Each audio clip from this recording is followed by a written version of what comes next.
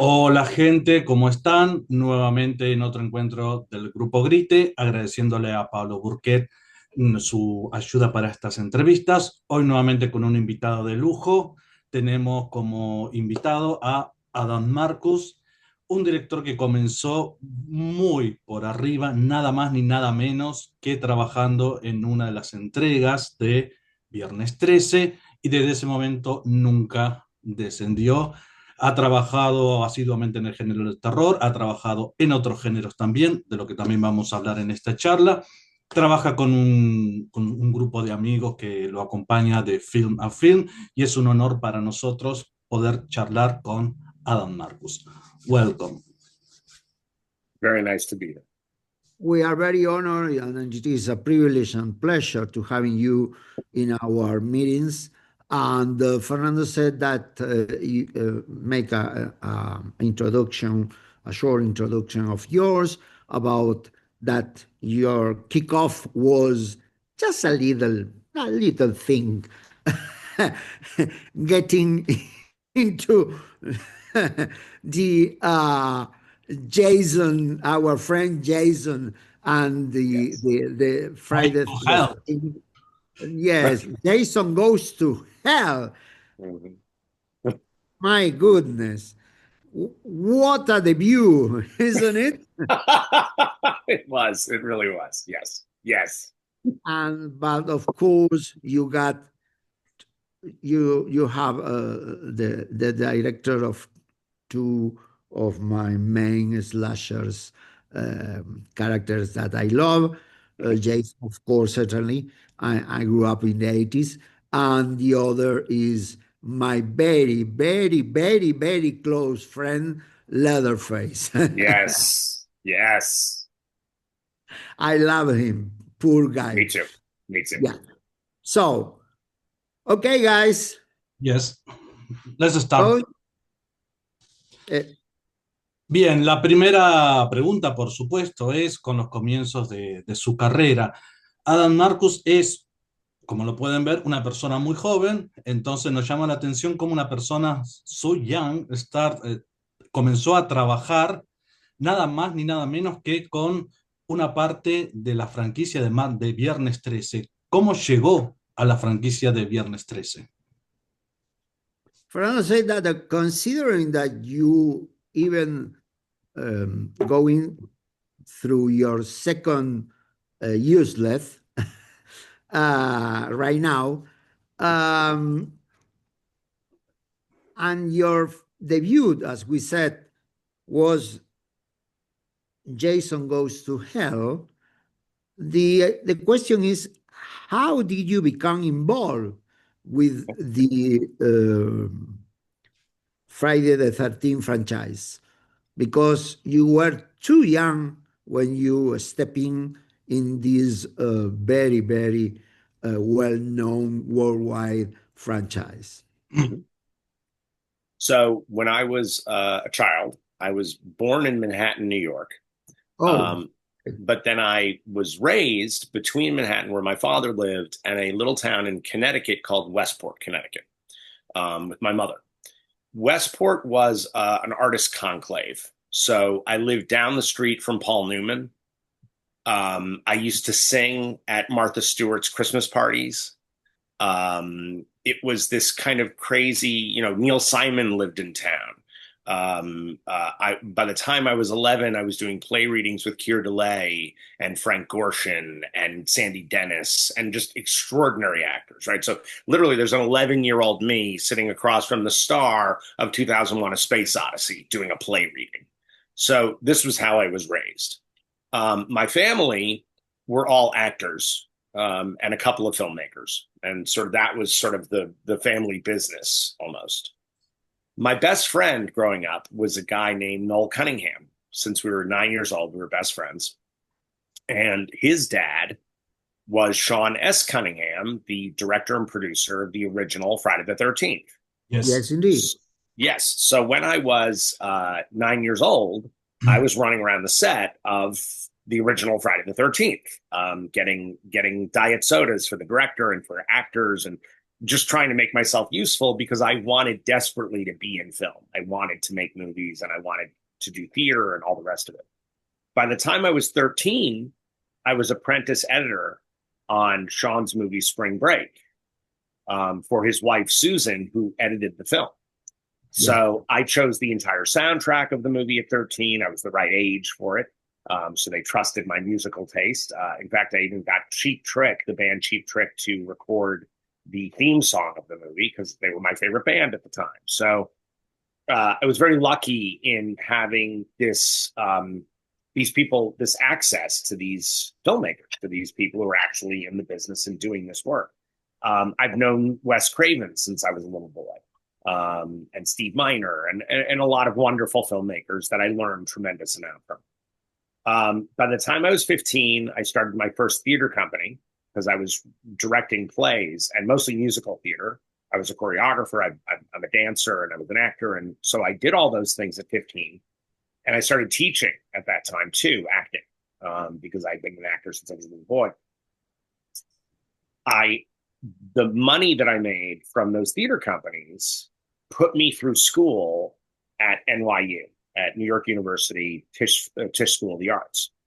So I was blessed to get into that school and to be able to, be there, and also to be able to pay for it using money that I had made as an actor and as a director in theater. So while I was there, I made a movie called So You Like This Girl, which was a sweet sort of teen comedy. And the movie won Best Picture at NYU. And it won, for the first time ever, a ensemble cast award was given. So every single member of the cast of my film was given an honor, was given an award for the movie. So it was kind of extraordinary. I got 2 job offers based on that little movie. One was from David Lynch and Mark Frost to be in the writer's room for season 2 of Twin Peaks. My goodness. Yes. Oh my goodness, indeed. Yes.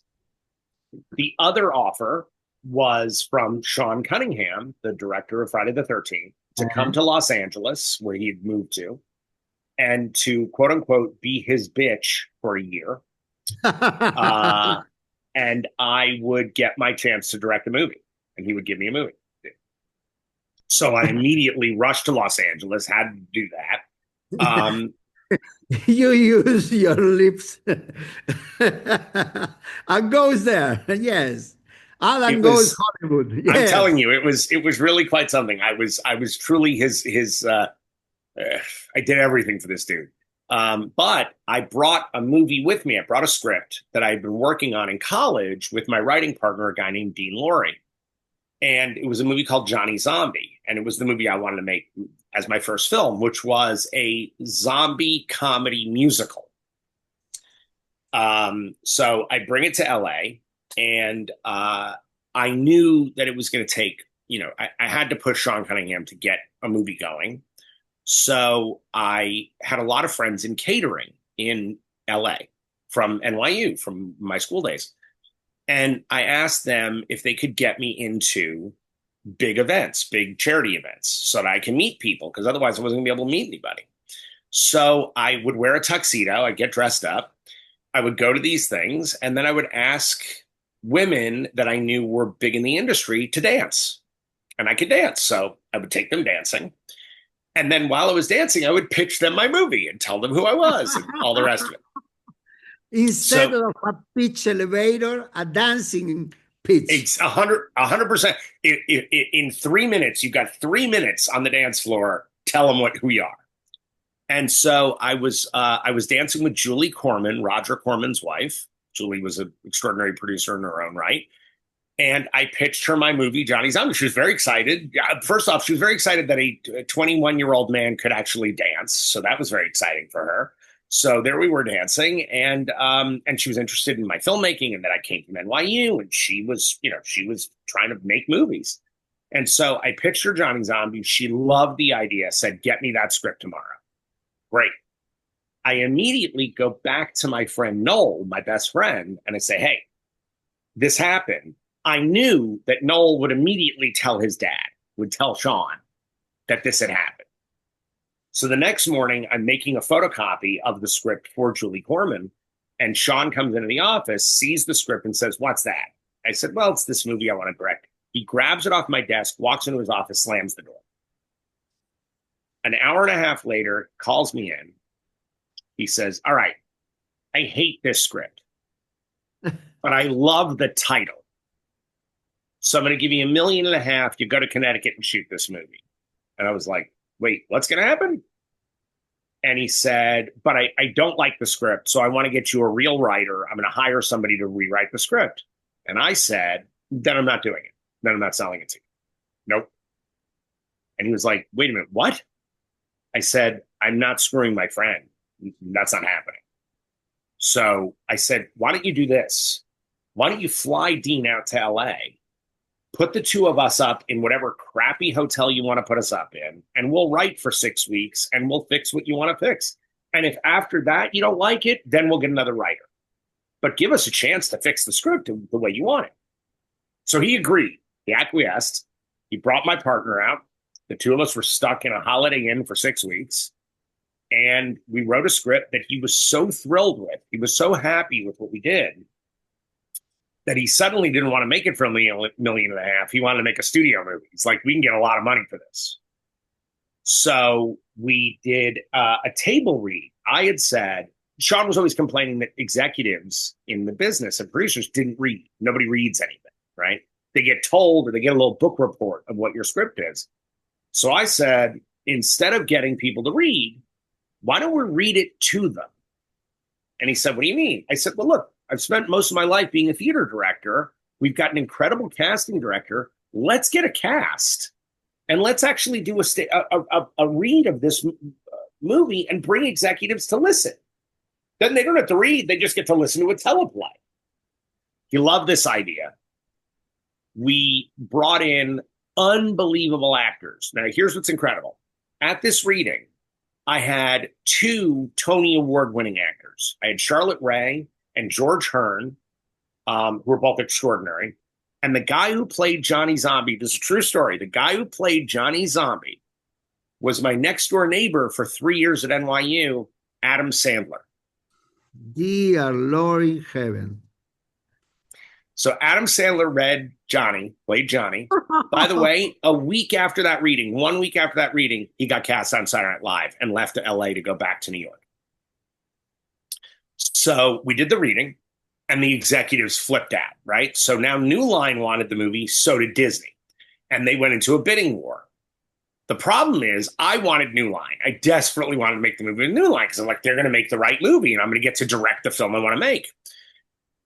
Disney had a truck of money that they drove up to Sean's house, and Sean sold it to Disney. Well, Disney was going to suddenly make an $8.5 million movie, and I know I'm 22 at the time, or 21. I was 21 at the time. I said, they're never going to let me direct this movie. Like, Disney's never going to be okay with that. It's too big a budget.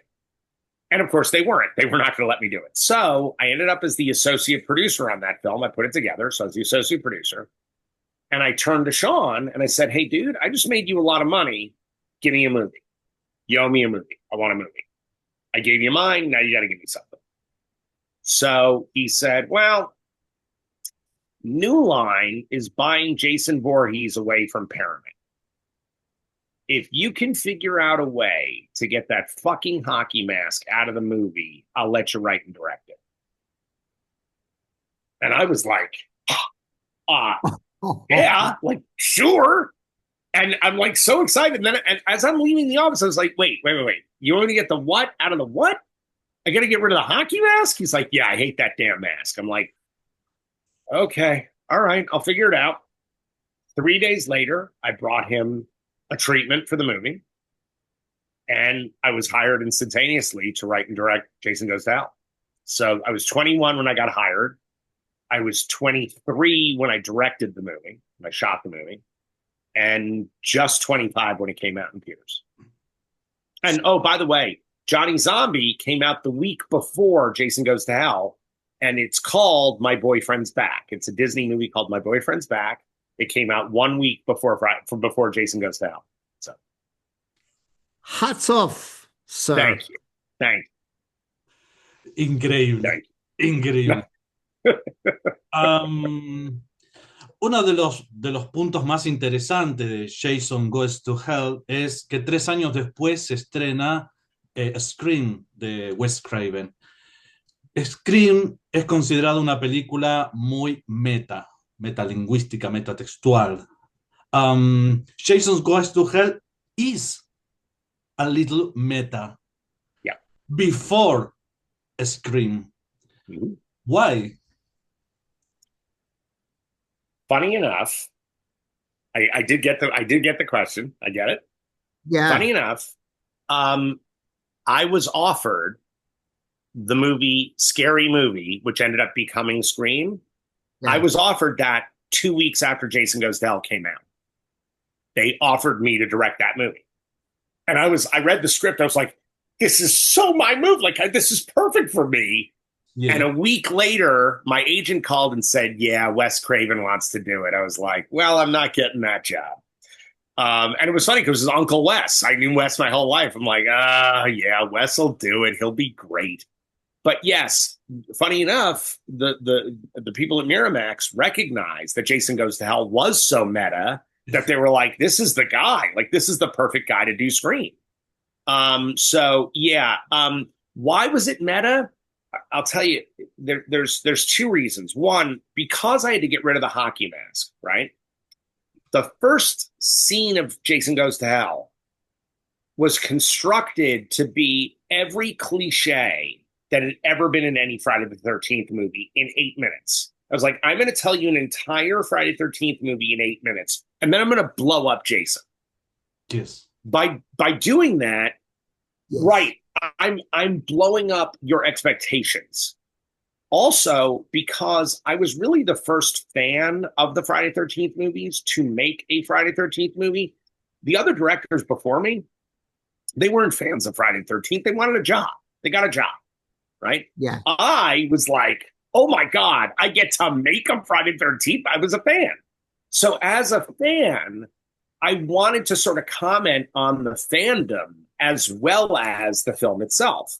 And by the way, I never wanted to be jokey with it, but I did want to state the obvious. Like, when people watch horror movies, so often us fans in the theater were like, don't go, why are you splitting up? What? That's so dumb. Or why are you going to the dark house? You know that the killer's in there. Why are you going? Hey, is everybody here? Right. And so for me, it was, the scene where John LeMay is driving the campers to the campground.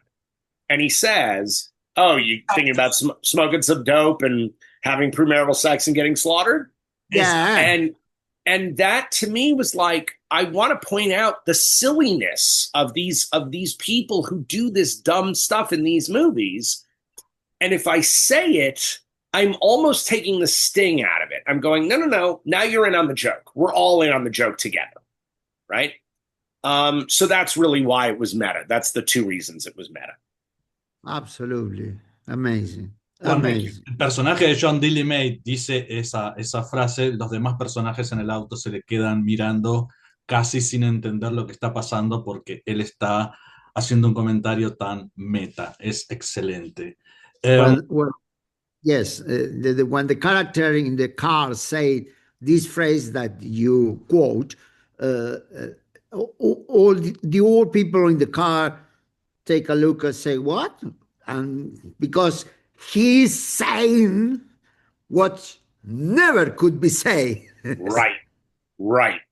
Which every one of us, look, the opening of the film is a very obvious thing. Jason has killed over 100 people in 1 square mile of area in New Jersey. That's not a local law enforcement problem. That becomes a federal issue. So if there's 100 people that have gone missing or been slaughtered, the government is going to send somebody to fix that problem. So when people go like, why did they? I'm like, how could they not? How could they not go after a serial killer who's killed over 100 people? They know. So it was pointing out the obvious that for me as a fan of the movies, I kept saying, I mean, we're 4 parts into this movie, and I'm like, Where's the cops? Where are the police officers? There's a murderer out here. Everybody knows it. Why isn't anybody doing anything? That was the idea. Yeah. Great. Amazing. I feel marrying logic to storytelling, especially in horror, actually makes the movie scarier. Because if people behave the way we all would behave, if people behave with logic and they still can't get away from the monster, that's terrifying. That's scary. Absolutely agree. Yeah, absolutely. ¿Cree también que hay una relación con el hecho de que el cine de terror en los primeros años de la década del 90 estaba en a sorry state, en un estado lamentable, el hecho de que las películas tuvieran que volcarse hacia un comentario meta? Do you think that mostly in the 90s, the genre was in an obvious slam down declination? And so do you think that this kind of approach of yours was due to this situation in order to change the point of view, or what? No, here's the thing. The decline in the 90s is due to a couple things. Horror had such a big boom in the 80s, was so huge that there was nowhere to go but down. It was never going to go further than that. Like it reached its pinnacle. But here was the problem. Video and videotape and video stores became such a huge part of our industry that people started going, okay, it's hard to get screens. It's hard to get movies in a theater. There aren't blockbusters. There aren't $100 million movies. So they started putting them direct to VHS. Yes. That felt, even good movies, there were some good movies that went direct to VHS. Yes, but it felt bargain basement. It felt as though that was cheap somehow, right? When the truth is, even in the early 80s, I mean, I saw The Evil Dead on a bootleg videotape because I couldn't get into a theater. I was too young. So we got a copy of it and watched it with our friends in a basement. And it was actually scarier because we had this found footage thing. We had this tape that had this evil on it, you know? I think what happened in the 90s, first there's the video problem. So horror is starting to be looked at that way. The other thing is, look, Paramount Pictures hated the Friday the 13th franchise. They hated it. They loved the money, but they were embarrassed. They were embarrassed that this was the movie that was making all the money. And by the way, horror, you know, if we track it back to its origins, the beginning of cinema is horror. Whether it's Vampire, you know, whether it's Nosferatu, whether it's the Universal Monsters, which literally built Universal Studios, or the Val Lewton films at RKO. There are entire studios that owe everything to the genre. Yet, in the 80s and the 90s in particular, we were treated like we were pornography. And you've got things like in Britain, the video nasties happening, which was the gateway to most of Europe. It was very tough to get films released other than on VHS, and it was mostly bootleg. So horror became this dirty little secret. It's the thing that actually pays all the bills in Hollywood, but nobody wants to admit they make these movies.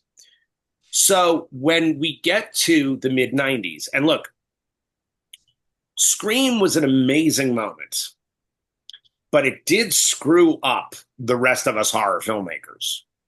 Because once you tell the audience the rules, now you got to make up new rules. You're going to come up with a whole new thing. Well, that's a problem. Like, you're throwing out the whole rule book. It's sort of like how magicians never tell you how they do a trick. Scream told everybody how the trick was done. Well, now you got to find a new trick. So for many years, filmmakers were like, I don't know what to do. Like, Wes screwed it up. They all know our game. And so, and by the way, to the point that Scream is an amazing movie. I love that film. It's extraordinary. Scream 2, not so much. Not so much. Because Wes is actually falling into the traps of his own rules that he said out loud.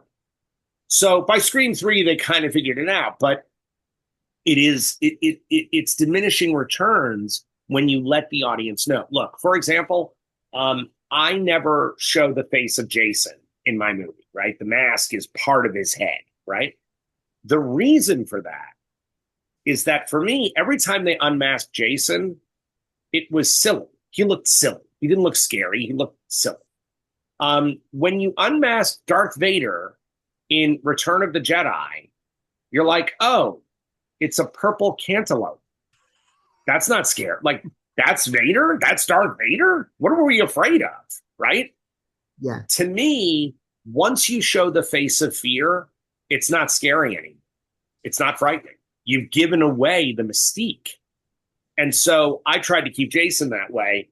Wes kind of took the mask off the whole genre, and suddenly it wasn't scary anymore. I think that's what happened. I think that's a big part of what happened in the 90s for horror. It's a quite interesting point of view, very, very, very nutritive to understand the whole business and the time when everything changed. Because yeah. So, Fernando. La película fue muy polémica. Jason Goes to Hell fue muy polémica en su momento, justamente porque Jason aparece relativamente poco en el film. ¿Cómo convivió con las críticas del momento? Una película que recién ahora está siendo reevaluada, pero en su momento fue muy discutida. ¿Cómo convivió con la crítica en ese momento?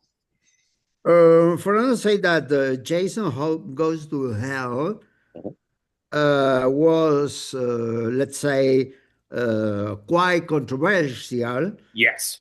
At the time, and is now being reevaluated. Yes. So he would like to know what was your relationship with the contemporary critics in the time of Jason was released, your Jason.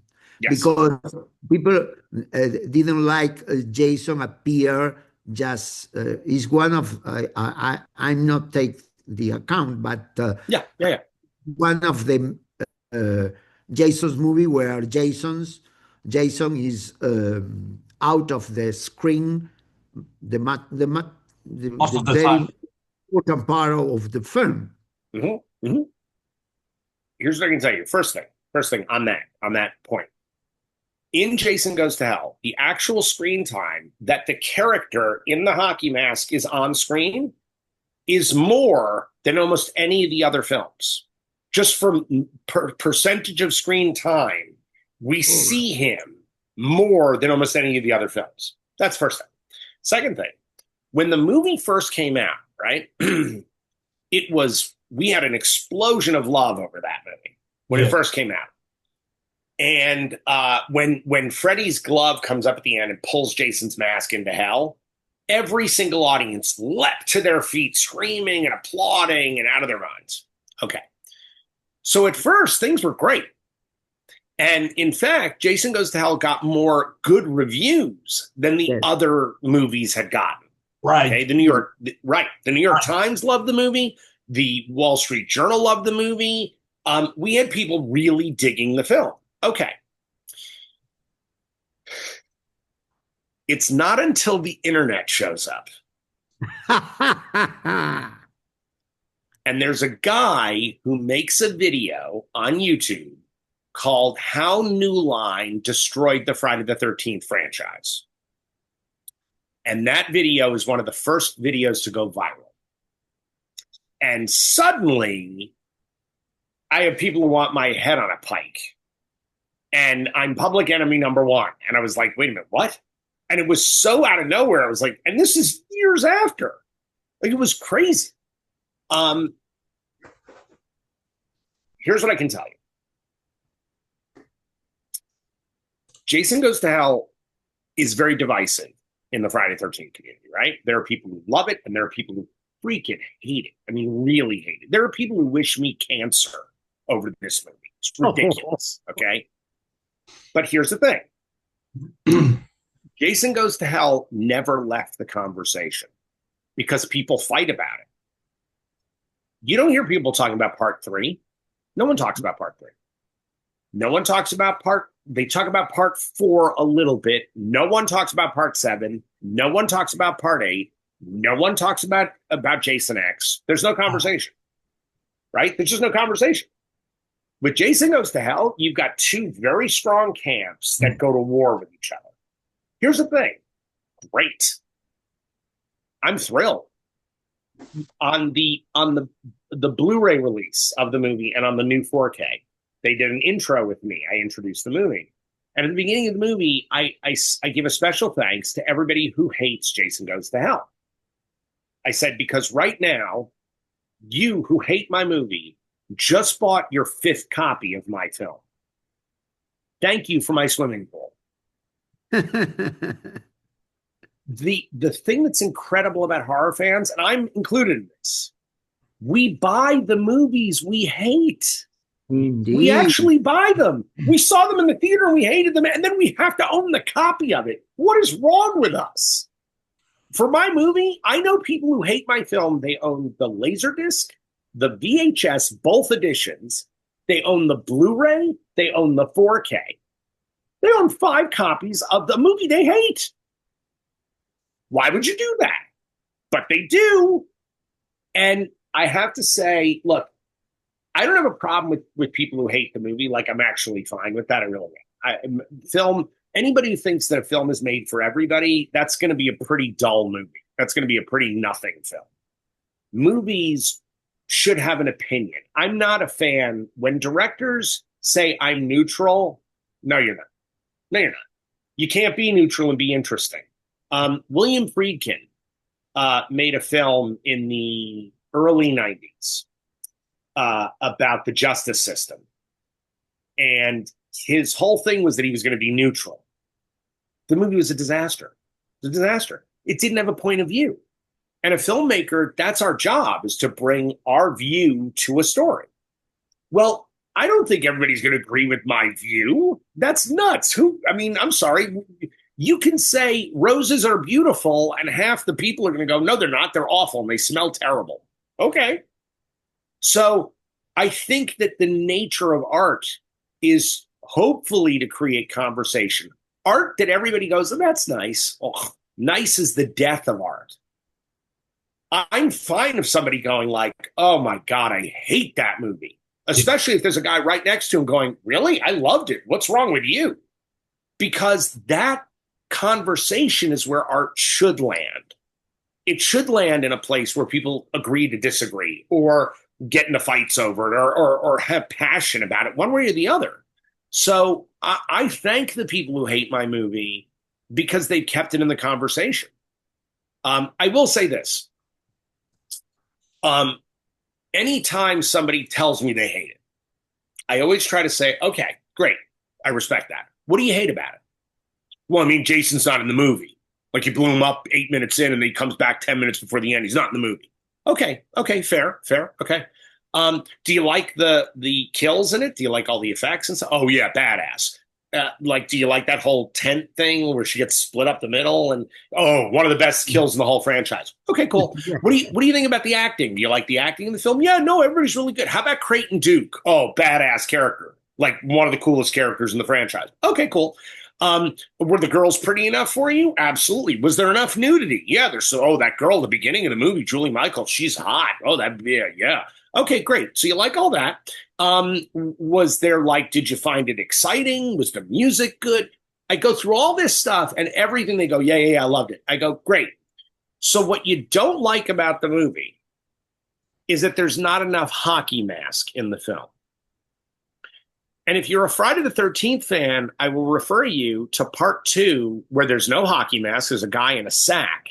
Yes. And in part 1, there's no Jason. But you love those movies. And in part 5, there's a guy in a hockey mask, but he's not Jason. Absolutely not. So the problem that, for myself and other horror filmmakers, one of the big problems we all have is that our audience is always begging us for something different. They want something different. Give us something new. And then when we give them something different, they go, no, that's not like the thing we like. Yes. Right. And I will say this. This movie, I'm a huge fan of Stanley Kubrick. Always have been. Just one of the greatest storytellers of all time. The thing about Stanley Kubrick never made a movie that was a critical success when it came out. Never. Didn't happen. Every movie he made was either a bomb, or the critics hated it, or the audiences hated it. And then 10 years later, somebody goes, I just rewatched Clockwork Orange. That thing's amazing. It was when it came out. It's just he was ahead of you. He was ahead of your audience. And I find that more filmmakers, and filmmakers that I love, are usually a little ahead of the curve. You hope you're just enough ahead of the curve that the audience meets you when you hit it. Then there's those of us who make movies and it takes 10, 20 years for them to go, wait a minute, why did I hate this? This is really good. I like this movie. So it's the nature of the beast. Yes. A masterclass. I must say, a masterclass. Okay. Fernando. Conspiracy es una película, Your Film Conspiracy, es una interesante reescritura de Bad Day at Black Rock de Jon Stewart, utilizando como background flujos inmigratorios. ¿Disfrutó haciendo un western? ¿Y cuál es su mirada sobre los flujos migratorios hoy, a casi 20 años después de esa película, cuando es such a hot topic hoy?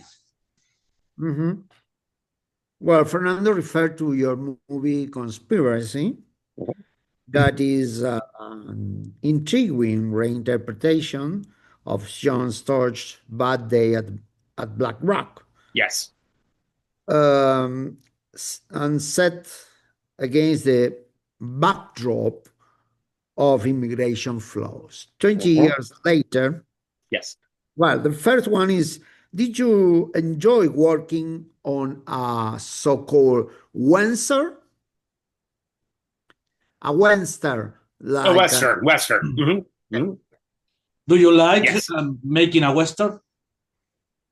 I love making a Western. I will tell you this. The producers on that movie were reprehensible thieves. So they told me I had a certain amount of money to make the movie. Yes. They told me I had $5 million, right? When in fact, the studio had given them $8 million. They paid Val Kilmer $1.5 million, and they gave me $1.5 million to make the movie. They stole $5 million. They got caught, by the way, and they had to give the money back. They did get caught. So I was trying to make a movie that was a $5 million movie for $1.5 million. And that was a nightmare. Also, Val Kilmer is the single worst human being I've ever worked with. I heard about it. Yes. He's reprehensible. He's a terrible, terrible person. I know that he's dead. I don't give a crap. I don't care. This idea that you don't speak ill of the dead only means that people can get away with whatever they want. And as long as they die, we forgive them? Absolutely not. He was a bully, terrible person. He was abusive. He was sexually abusive to several women. Oh yeah. No, this is a bad guy. My wife actually hit him on the last day of production because he was trying to play grab ass with one of our best friends. And she smacked his hand with a script and looked at him and said, "She's not for you." He was truly the devil, just a terrible, terrible person. That said, it is a reinterpretation of A Bad Day at Black Rock. Absolutely. The producer who originally brought us the story owned part of the rights to Bad Day at Black Rock, so he wanted to explore that idea. I will tell you where I came out on with immigration in that movie, where my heart was with that movie, is where my heart has always been. What is happening right now in this country is so grotesque, is so evil, in my opinion. I think I wake up daily. My heart hurts every day that I wake up. We have got a bunch of friends who truly, we're involved with a group where when we know that ICE is in the neighborhood, we go around telling people so they can lock the doors so that no one can get in. We are trying to protect people who've been here for 40 years, who are wonderful people, who contribute to this country, to this society, who pay taxes, who do all of this. And they are being treated as though they are not part of the fabric of this country. And to that, I say the policies of this particular government right now are racist, purely racist. That's all it's about. It has nothing to do with keeping us safe. That's a lie. That's a lie. I am more afraid of these, Caucasian goon squads than I have ever been of anybody of color in my country, ever. It's reprehensible what's happening. It's disgusting. And honestly, I think that conspiracy was making the point, yes, 20 years before, because I've always felt this way. I think this behavior is sickening. And look, if we're going to talk about America, the only people who belong here are Native Americans. We all showed up. We stole their land, and we showed up thinking, "Oh, we're special." No, we're not. Stop. My great grandparents were immigrants. Everybody here, their parents were immigrants, came from somewhere. So who are we to judge the next guy to show up? Look, I'm not a big fan of people taking advantage of systems. Like, I think that's terrible. I think a lot of what's happening in Europe right now is really hard to watch. My son teaches at the American School of Paris. And, France is having a problem. They have a real problem, because their infrastructure is falling apart. So you have to figure out how your laws are going to work to sustain, to make things work. But that's called being part of a society and trying to find solutions that work for everybody. Because who's to say what border a human being should be able to cross or not cross? We're all human beings. It's our planet. What does it matter if it's America? If you're cool, if you're gonna be cool and help the society, come on in, man. We need you. We need people that are cool. We got a lot of uncool people in this country. I'd rather see some of those people get thrown the hell out. So yeah, conspiracy is my little way of saying, yeah, I don't stand with this immigration policy at all. Yes, it's quite an statement, isn't it? It's shocking. It's shocking. My wife and I just bought property in Ecuador. Where my mother actually is an expat. She moved to Ecuador about 12 years ago. And she loves it. And we went down there and I was like, oh my God, people who are kind and lovely and nobody's screaming at somebody to get out. And this is nice. And I bought property. I was like, okay, when this goes down, I got a place to go. I'm good. Yeah. I got a place in my home. Yeah. Come here. I offer the guest room for you and your wife. I love that. Thank you. Thank you. Besides, I know quite well Newport and Greenwich in Connecticut. Yeah. I'm quite familiar with Greenwich all the time. Every year is just in the borderline. The round street is the borderline in between the states.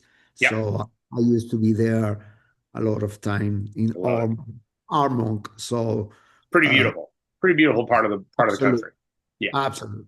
Yeah. So let's continue, guys.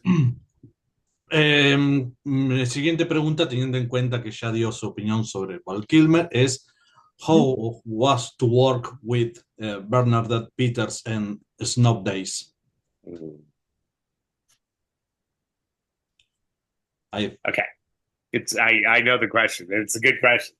Makes look how happy I am the minute you say her name. Yes. Okay, so here's what happened with Bernadette.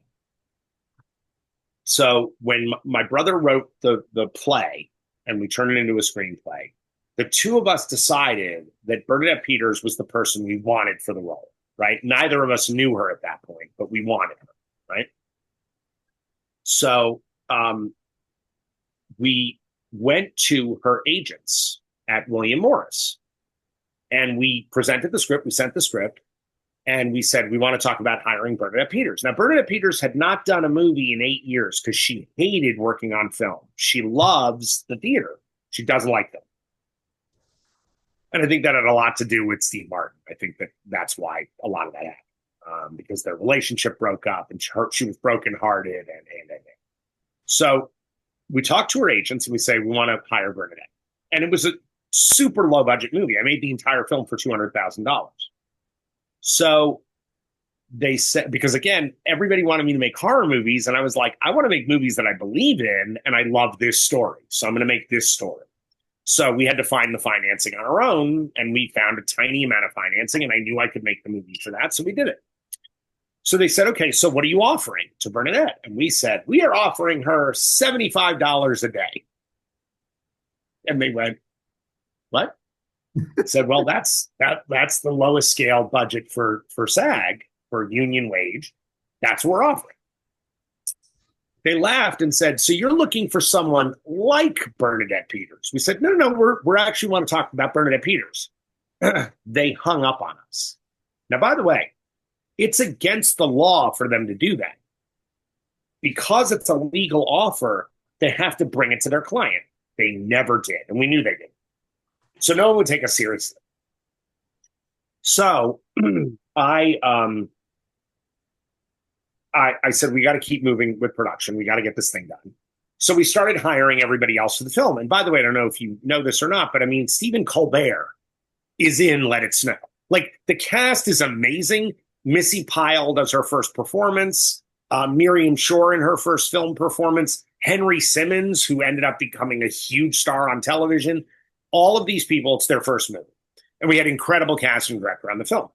So Patti LuPone, the famous Patti LuPone, the Broadway star, she had done a play with my brother Kip when my brother was a little boy. My brother was in the revival of Oliver on Broadway, and Patti LuPone and Ron Moody were the leads of the play. So Patti was like family. Well, Patti had heard a rumor that Kip and I were trying to get Bernadette Peters. Well, Patti and Bernadette are rivals. They're two Broadway divas. So Patti comes to Kip and I and is like, what is this I hear about you trying to get Bernadette? You haven't offered me the role. And Patti is wonderful, but she's prickly, tough. But I was like, Kip, we don't have a choice. We got to offer Patti the role. So we offered her the role. She wanted it immediately. She's like, I want the role. I'm like, okay, all right. So we got Patti LuPone. Great. Patti LuPone got hired to do Summer of Sam for Spike Lee that summer. Spike has a rule. If you're in a film of his, you cannot take any other films during the time he's shooting. So Patti called us and was like, boys, I'm so sorry. I promised Spike I would do his movie, and I can't do yours if I do his. And we're like, oh, that's terrible. But inside I was like a little relieved, right? I'm like, okay. Well, here's what happens next. Ellen Green, the Broadway superstar from Little Shop of Horrors, hears that Patti left the show, and she calls us and says, why haven't you made me an offer, boys? Now, Ellen is really hard to work with. And I was like, oh, kill me now. Like, this is going to be a terrible shoot. I'm in trouble. So I said, Kip, we got to find a way to get to Bernadette. So Kip, at that point, was doing Les Miserables on Broadway. The pianist, the rehearsal pianist for the show, was one of the producers on Bernadette's next show on Broadway, Annie Get Your Gun. So Kip goes to him and goes, please help us, get us to Bernadette. And he's like, God bless you. And he said, he says, no. He says, no, I'm not helping. What are you kidding me? I'm producing her play. No, I'm not going to give you her number. What are you, crazy? We keep persisting, begging. Finally, he walks up to my brother, hands him a little piece of paper and says, that's her fax number. You don't know me. And he walks away. So we have her fax machine number. So Kip and I write a letter that says, Miss Peters, we wrote this role for you. We've gone through all the channels to get it to you, your management, your agents. No one will talk to us. No one will get the script to you. If you hate the script, if you read it and you hate it, here's our address. Send the police to arrest us for harassing. We'll take it. We'll take the hit. But if you love the script, please come do our movies. Then we fax that letter, and then we fax a 116-page screenplay to Bernadette Peters. Here's the problem. She had a thermal fax, so it was one roll of paper, right? She comes home from the weekend to find a 116-page mass of paper all over her office from these two idiots that sent this script, right? So she reads the top page that we wrote to her, and she turns to her husband and says, honey, get the scissors. And the two of them sat in her office, him cutting pages and handing them to her, and she read through the script that night. She called us 24 hours after we sent the script and said, can you guys come to my apartment? Can you come to my penthouse apartment in New York later this afternoon? We're like, yes, we can. Sure, we can. We go to her apartment. They let us in. It's crazy. My brother Kip is terrified of dogs. Terrified. He got attacked when he was a little kid, and he's always been scared. I love dogs. Bernadette has this giant, fluffy, I don't know what the hell it is, but it comes bounding down the hall at the two of us. And my brother is having to pretend like, good doggy. And I'm laughing my ass off because I know he's terrified, right? Bernadette is all the way down the hallway. She's just come out of the shower. She's in a robe. Her hair is all wet. She's dewy. And she goes, boys, go out on the patio. I'll meet you out there. And I'm like, is this my life? Is this happening? Is that like a half-naked Bernadette Peters? Is this really what's happening? She comes out onto this balcony that she has on her penthouse. And she's got an apple tree on the balcony. She pulls two apples off the tree, hands them to Kip and I, and says, boys, I'm doing your movie. So we hire her right then, on the spot, done. We're doing the film. She fired her agents at William Morris. And she said to them, if I didn't get this script, who knows what I haven't been given? You had no right to tell them no without showing me that screenplay. Bernadette comes out to shoot with us. And by the way, all of her scenes were shot in the house that I grew up in as a child. That was in Westport, Connecticut. That house is, and Bernadette is ostensibly playing my and my brother's mother. That's the character. We wrote her to be my mom. My mother is there the whole time because my mother was a Broadway singer and she's in love with Bernadette. Bernadette and my mom become good friends over this time that we're shooting. My mother's the one who wrote the song that Bernadette sings in the movie. Bernadette's driving my mom's car. I mean, the whole thing was insane, right? I will tell you, out of all of the people I've ever worked with, truly, the single most professional, most prepared, easiest human being to work with, a true artist in every sense of the word. Very few special requests. She wasn't a diva about anything. And in fact, when we had lunch, she would sit with the crew, not with the cast. Because she's like, I'm with the cast all day. I want to talk to these people. I haven't met them. And she would sit with the lighting guys and just talk to them about their lives. Years later, after the film premiered and did as well as it did, because it was a huge Sundance hit, and it was a big turning point in my career. My uncle Ned, this guy named Ned Eisenberg, If you've all seen the movie The Burning, you ever seen Yeah. The Burning? Okay. Remember the raft scene, the scene on the raft, right? He's the one who gets the shears through his chest when Cropsey kills them. He's the guy who tries to molest the girl in the lake in the movie. So Ned is he was a big actor. He passed away a couple of years ago during COVID. Not from COVID, from cancer. But he passed away a few years ago. Ned was a remarkable actor. He did about, I don't know, 80 episodes of Law and Order. In fact, when he died, they dedicated the season of Law and Order to him, to his memory. So Ned was doing a play on Broadway. He was doing a show called Awake and Sing, and it won the Tony for best revival that year. So Ned is in the play, and he's with Ben Gazzara and this incredible cast of remarkable actors in this show. And they had all been told that Bernadette Peters was coming to see the show. So Ned, here's the thing. When Bernadette comes to see a show in New York, it's like the Queen of England is showing, right? Everybody's like, oh my God, Bernadette. Everybody gets all crazy, right? So Bernadette comes to see the show. And then at the end of the show, they're told she wants to come back and meet the cast. She wants to talk to everybody because she loved the play. And again, everybody acts like the Queen of England has arrived. So they form a line, right, to receive her, to receive Bernadette. Exactly.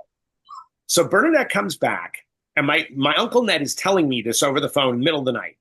He says, Adam, she passed everybody on that line and came right to me. I said, really?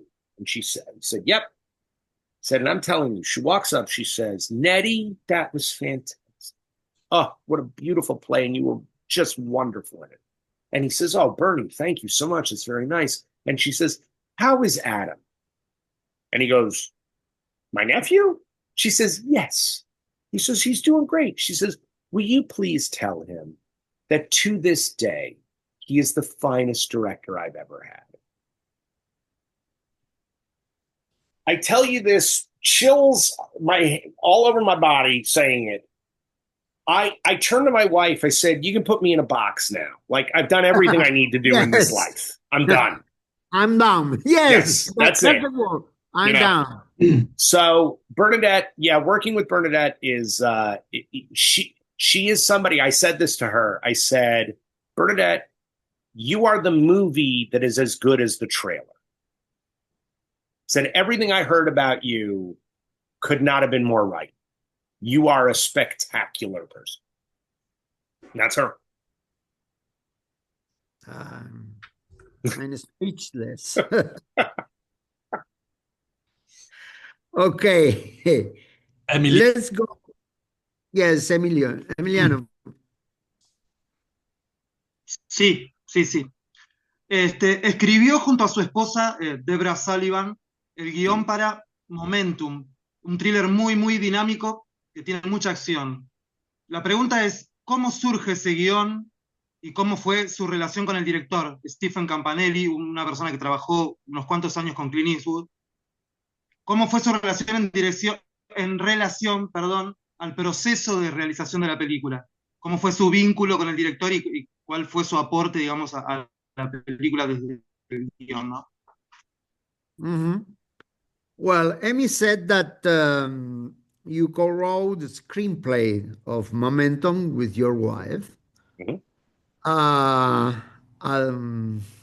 And how did the script come about?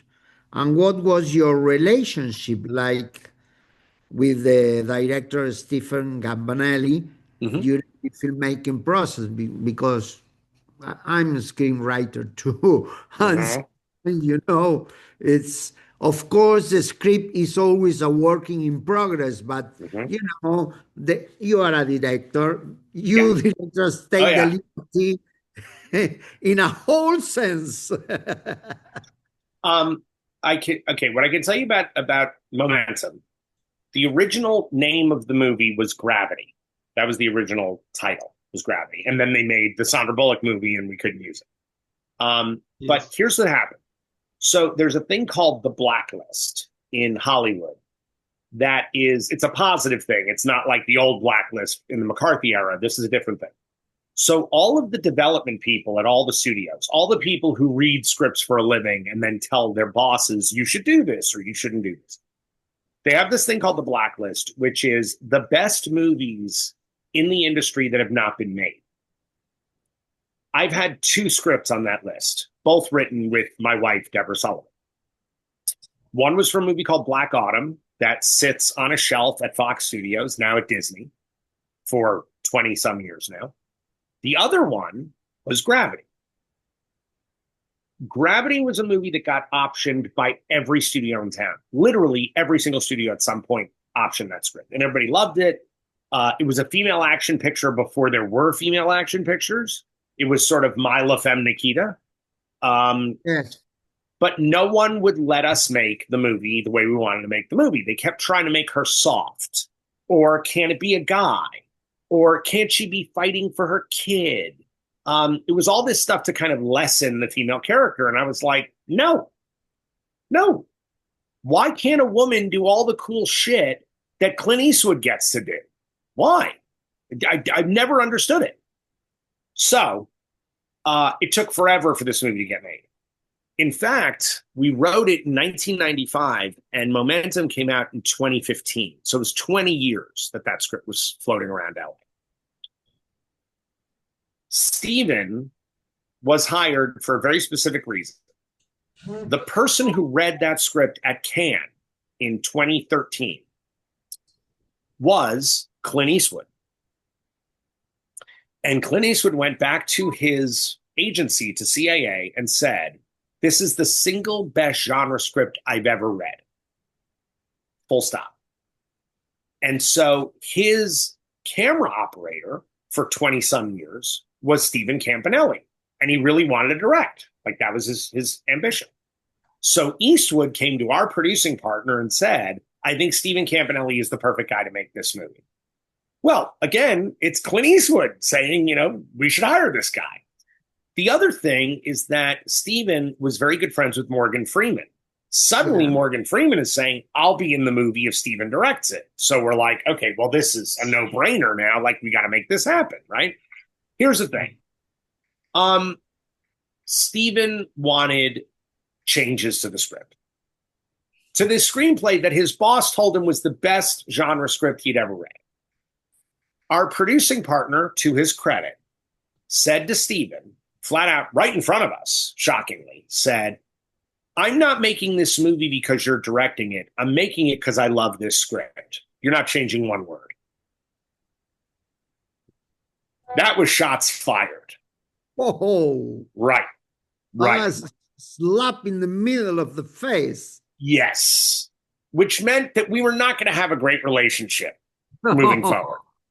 Here's ultimately what happened. It's the one story I'll tell you that is a very important story, and very important story about where I stand about the way women are represented in film, especially in a story like this. So the movie, I don't know if all of you have seen the movie, but the movie is about a female bank robber who runs a crew of men. It's one woman and a bunch of guys. One of the men on her team is a former lover. The heist goes wrong. This woman has to hide in a hotel. She's put up in a hotel. Nobody knows who she is, but one of the people in the bank have seen her face. That's a problem. So that's why she's hiding until her former lover can get her out of the country. Great. The former lover meets her at the hotel, and when they walk into the room together, the former lover, in Steven's version of the movie, slaps this woman on the ass. Olga Kurylenko, who plays the part. This guy slaps her in the ass, and she turns and looks at him with this sort of like, kind of look. Now, the only reason I know this happens is because the producer of the movie had called me late at night one night, freaking out because the movie wasn't working. The cut wasn't working. And he said, Adam, I need your help. I need somebody who knows how to cut a movie to help. He said, I'll send you a copy.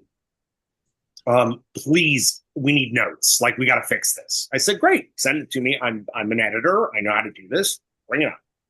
So he sent it to me. I see this scene. The scene takes place about 20 minutes into the movie.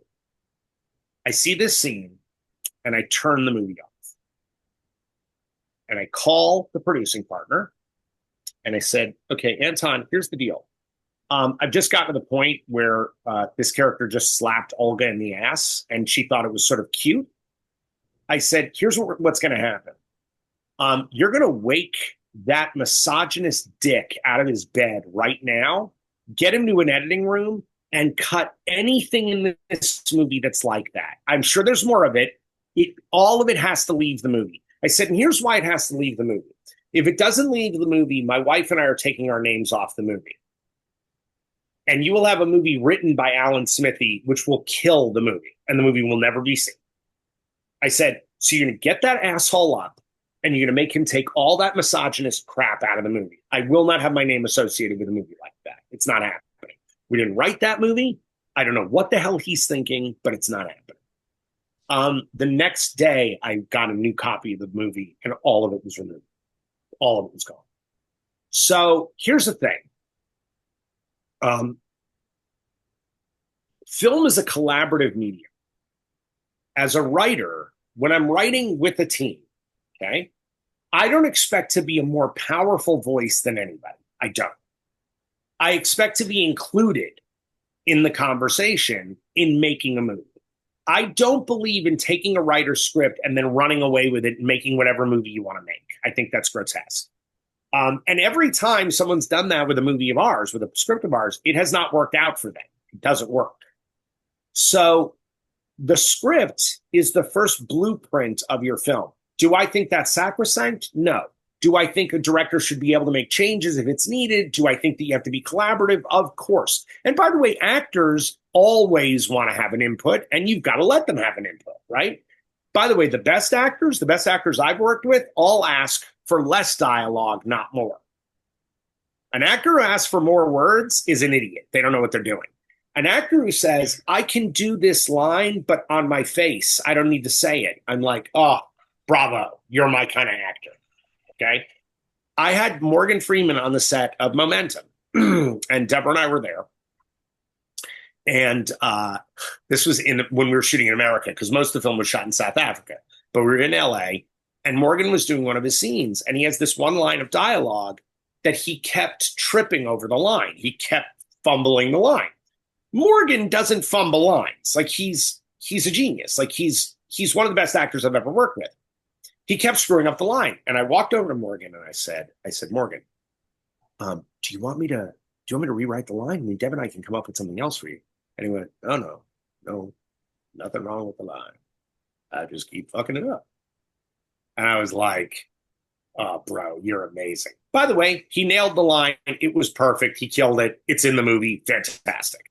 So the best artists understand what's necessary, what's not necessary, and I'm always willing to work with somebody to make it work. What I won't do, what I will not do, is the minute you compromise to the point where my politics, where what I come from are now skewed, and now you're making something that goes against everything I am, no. That's when I'm going to come in and go, nope.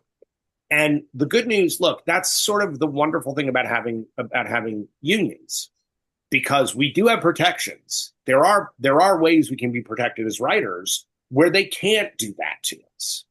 And so, yeah, look, I'm sure for Stephen, I was a pain in the ass. By the way, Stephen and I get along fine now. We really do. But I'm sure that at the time he was cursing my name. I don't care.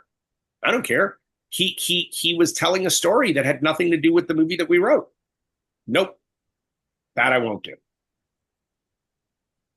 Great story. I hope that answered the question. Yeah. Oh, yes, indeed. Yes. Much more than that. Okay, Emi, you're next.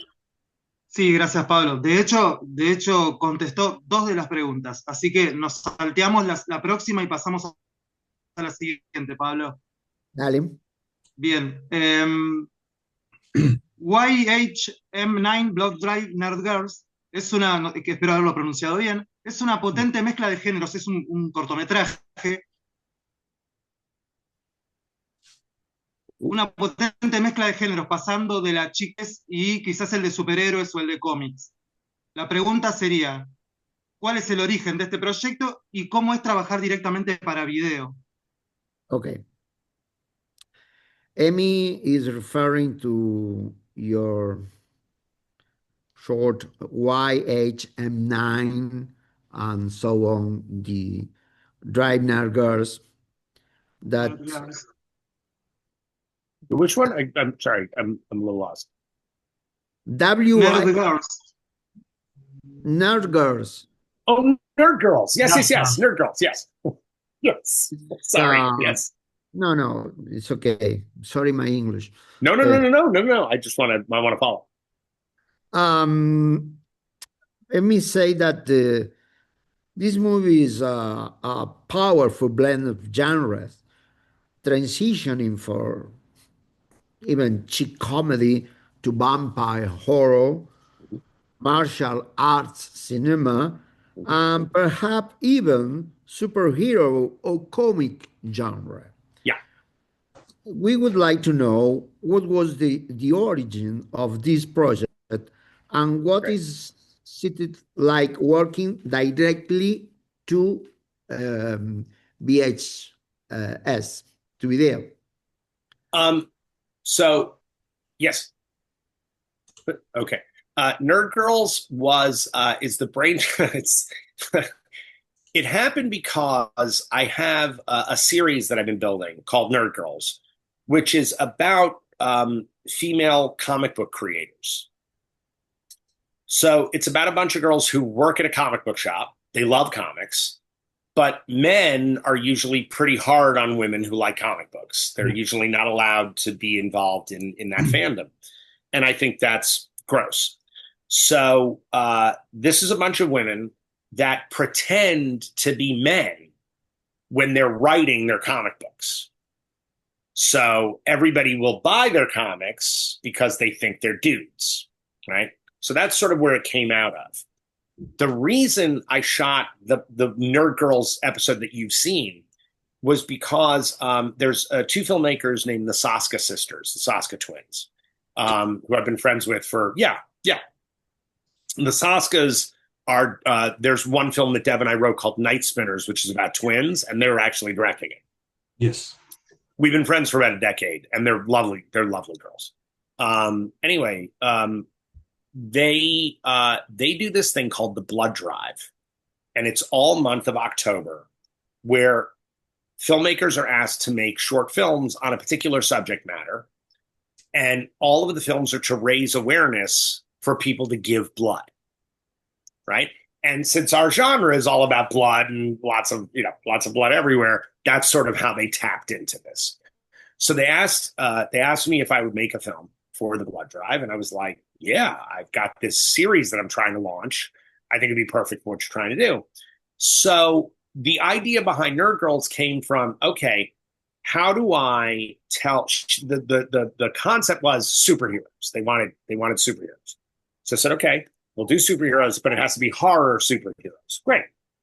So I thought, well, my series is about the imaginations of these women, right? And the tagline is nobody should write your story but you. And the idea of these women going on a bad date, and in the moment when they're being persuaded to go to something that they're not really comfortable with, the idea that one of these girls has this fantasy about how bad this could go, I thought was really intriguing. And so I took what would be the imagination of that character who loves vampires, who loves vampire lore, who's really into all that, and went, okay, what if suddenly her and all of her girlfriends became vampire slayers? And so she's invited to this club, and I'm almost doing like a play on the opening of the original Blade. And suddenly, just like Blade, these women are not what anybody thinks. And again, it goes along with the whole idea of the series that we so many times, not just women, but even friends, we discount each other. We don't see each other for what we really can do, how powerful we really are. And the idea behind Nerd Girls was to give these women a voice to say they are not just powerful, but they'll kick your ass. And so that's kind of where Nerd Girls came from. So it was, that was an amazing shoot. By the way, one thing you might not know about me. So I teach acting in Los Angeles. I have for the last 30 years. I started when I was 15 years old. I've never stopped teaching my whole life. I love teaching. And I love actors. That entire cast of people, everybody in that video, are all actors that I work with every week. So that entire team is made up of people that are like family. So everybody showed up for 2 days. Everybody donated their time. We shot the whole thing in 2 nights. And they donated everything because this was for charity. So it was this kind of remarkable moment where everybody was just throwing in and let's do it and let's make the best thing possible.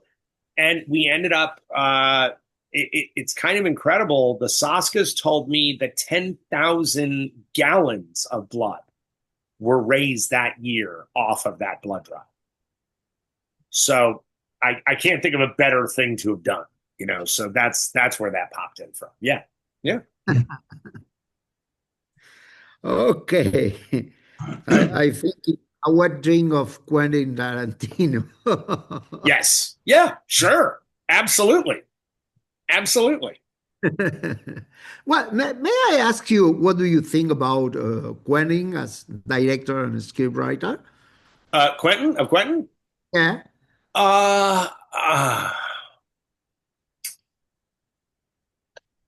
I think Quentin is what happens when somebody who's a very populist writer and director, somebody who loves genre, which he does. Yes. Quentin, by the way, Quentin's dream was to direct a Friday the 13th movie. Yeah. And all of us directors, like all the Friday the 13th directors, we're all friends. Tommy McLaughlin and I were hanging out together, and we both were like, please let Quentin direct a Friday the 13th. And the reason we said that was because we wanted to see what would happen when Roger Ebert had to give a good review to a Friday the 13th film. I think his head would just explode off his shoulders because he can't give a bad review to Quentin. I think Quentin is skilled without a doubt. I think he's a very skilled writer more than anything else. I think he, as a writer, he's really quite fascinating. What I will say is that, look, I think Quentin borrows a lot from other filmmakers. Yes. I find that to be okay, but also not so okay. Because it's not like he's borrowing from the greats. He's borrowing from little movies, from foreign films that Americans don't know. So he never really calls out his influences. He just kind of takes it. Where if I do a reference to John Carpenter, everybody knows I'm referencing John Carpenter. I'm tipping my hat to the great filmmaker. With Quentin, look, I think he's a very smart guy. I think he's very knowledgeable. I think that the audience lost their minds. Actually, not even the audience. I think the critics lost their minds. I think they wanted a darling. They created a darling. And suddenly, this is a guy who could do no wrong. I have to tell you something. I think Jackie Brown is one of his best films. And it's the film that did not do well with critics, and it didn't make any money. No. And I think it's a really good movie. I think it's a well-plotted film that is based on someone else's material, on Elmore Leonard, who's an amazing writer. I think the performances in that film are beautiful.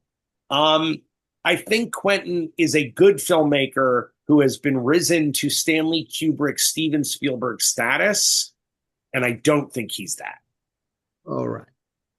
So, but again, very skilled. I can't, and I will say my favorite script of his is funny. It's his first is True Romance. And I love that. Which one? True Romance. Oh, yeah. Yeah. I adore that movie. I love that film.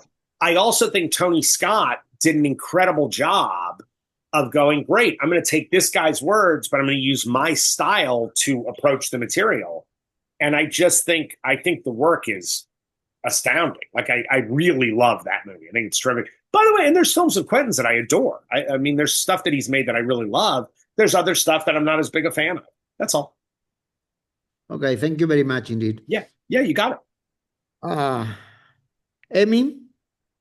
Sí. Sí, hace algunos años hizo su propia versión de lo que podríamos llamar, abro comillas, el terror viene de adentro o bien el terror está en el hogar, con la película Secret Santa. En esta película, esta película tiene mucho exceso de fluidos, mucha violencia gráfica y cuerpos que contienen y que expulsan lo repulsivo constantemente. Mi pregunta ¿es esta o está esta mostración de excesos vinculada a una problemática social con ciertas cuestiones que parecen haber crecido socialmente o sociopolíticamente en los últimos años? ¿O simplemente es una elección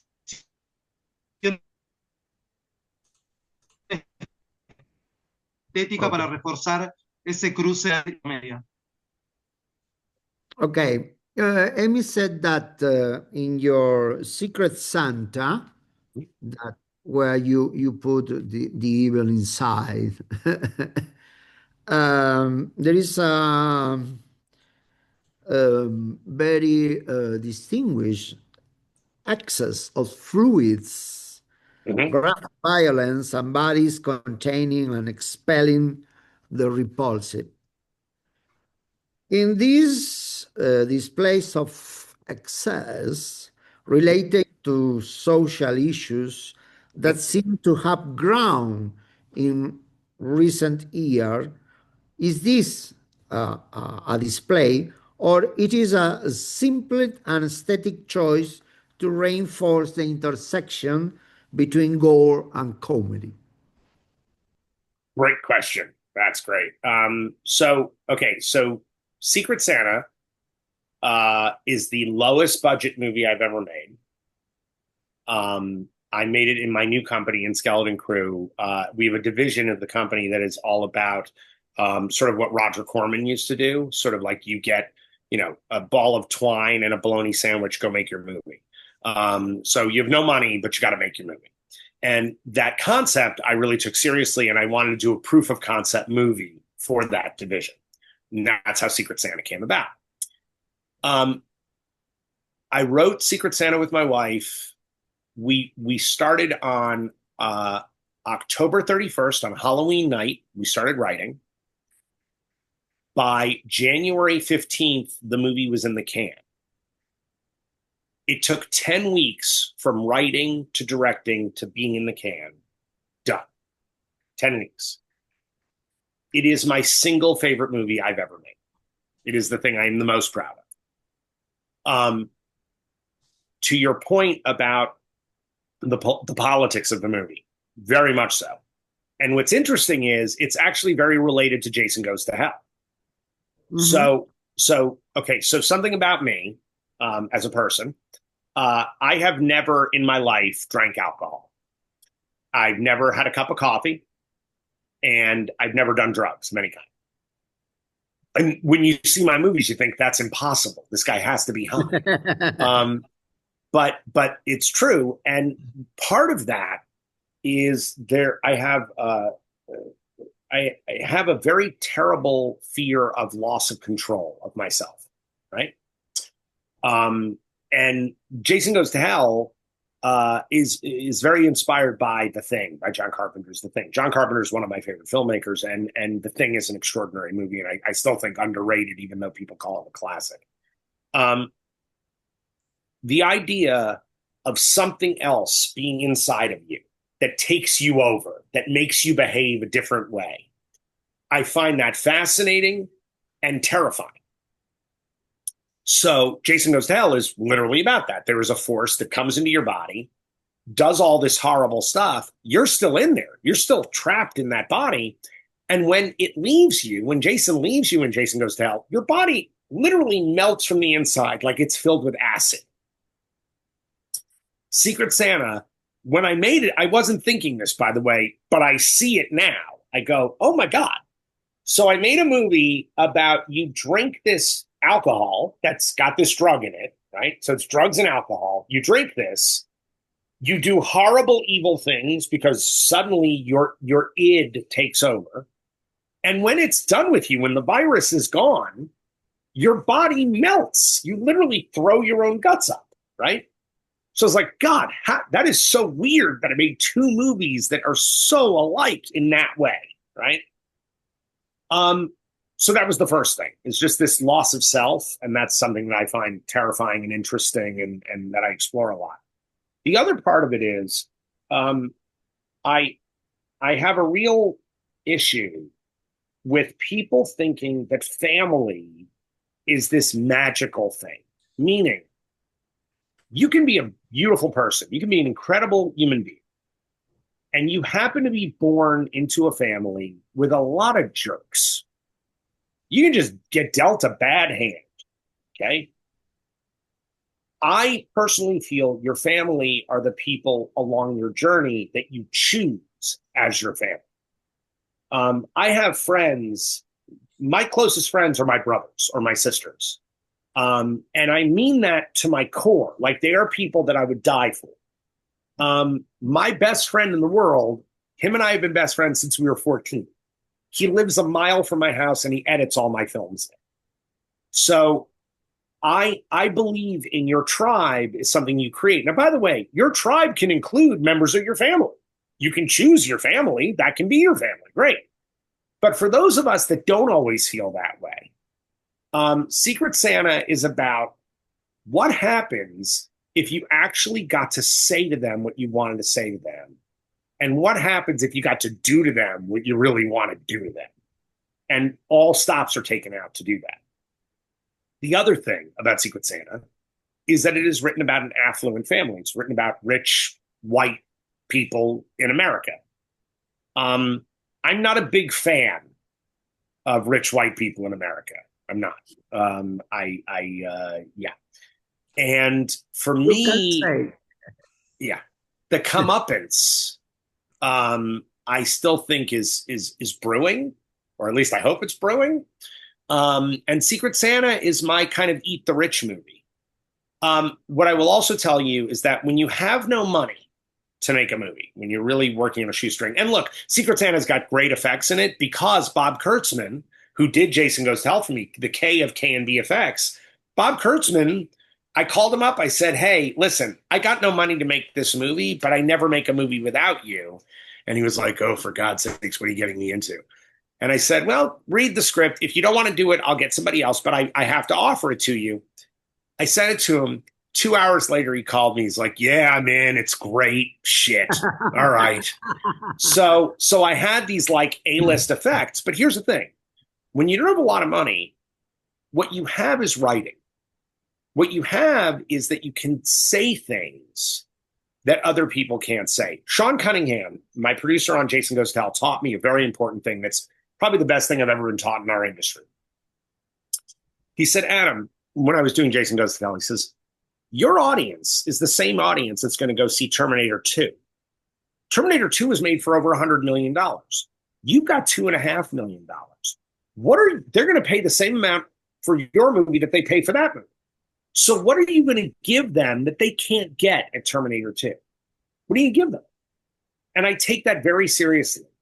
So with Secret Santa, the reason it was a comedy, the reason why I made it a comedy, was that I wanted people to be able to say things that were worse than the things you can do. So there was one review of Secret Santa, it's my favorite review of Secret Santa, where they said, this movie becomes a lot less violent when people start stabbing each other and they stop talking. And it's true. The things they say are horrifying. Horrifying. Indeed. By the way, a ton of the things that were said in that movie are things that were said in my home as a child. A ton of that dialogue is real words. It's words that I had from my childhood. So it's in some ways autobiographical. My wife, Debra, plays the lead of the movie. She's the mother of the clan. She's literally playing my mom in the movie, which is an Oedipal nightmare for me. And she is so brilliant, and I'm so proud of her. I'm proud of every moment of that movie, but I love her performance in particular. I wanted to make a movie that had teeth, that was vicious. And the only way you can really pull that off is in a comedy.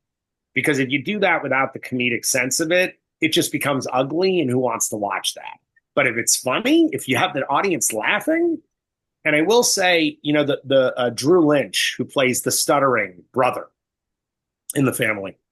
The scene where he comes out to his mother, where he tells her that he's gay and that this man is his beautiful black boyfriend. That scene, in every country we played the movie in every country, the movie got an applause break after he has that freak out and he tells his mother. Every single country, the audience would applaud. I've never seen it. Like, there was an applause break every time I showed the movie. That's an amazing thing. It also gives me hope. It gives me hope for the world, because I go like, yeah, that kid is really him, and the woman that Michelle Renee Allaire plays, Jacqueline. The two of them are the only two people that are innocent in that whole movie. There's only two innocents. The rest of them are all tainted. But those two are innocent. And when people cheer for either of those characters, I go, the world has a shot. We're still going to be okay. Because they can recognize when somebody's a good person. Great. So, Emiliano, your last question. Okay. Sí, yes. En línea, en concordancia con lo que acaba de decir, nota que el reciente boom de producción de películas dentro del género terror ha contribuido a elevar el género, especialmente o particularmente porque de a poco se está empezando a dar más reconocimiento o legitimando desde sectores que antes no lo hacían. El ejemplo más notorio es el de Substance en los Oscars, en the Academy Awards. Amy said that along the same lines as in the previous question, do you notice that the recent boom in horror productions has contributed to raising the genre, mainly because it is slowly gaining recognition from sectors that didn't previously, and the whole stuff about the horror like a second-hand entertainment, people not pretty much wise, and the whole stuff. Right. I think that, well, first thing, I think the studios have realized that it's where the money is, and never before have the studios been more about money than they are now. Everything's about money. It's all money. They don't even pretend it's about art anymore. It's money. Because of that, they go yes to more horror films than not. And you also have people, not unlike us, okay, the four of us, who are now creating little studios. A24, for example, or Neon. These are companies that are run by people who love horror movies, okay? Even Lionsgate is run by people who love horror movies, yes. Right? So you've got studios now that are run by people who don't just realize we can make money, but they also go, yeah, but these are my favorite movies. I love watching these movies, right? So they're more excited about the genre. I think the rise of A24 is incredibly important to what's happening right now. I think things like Robert Edgar's The Witch, I think The Babadook, I think Hereditary. These are films that are they're saying that horror can be art, right? That you can be artistic, you can be a visionary, you can have a unique voice. And if you tell a horror movie with that unique voice, people might actually show up and pay to see your film, right? And by the way, all the films I just mentioned, they're all born of the movies that we all love, okay? There is no Hereditary without Rosemary's Baby. Of course. Right? There's not.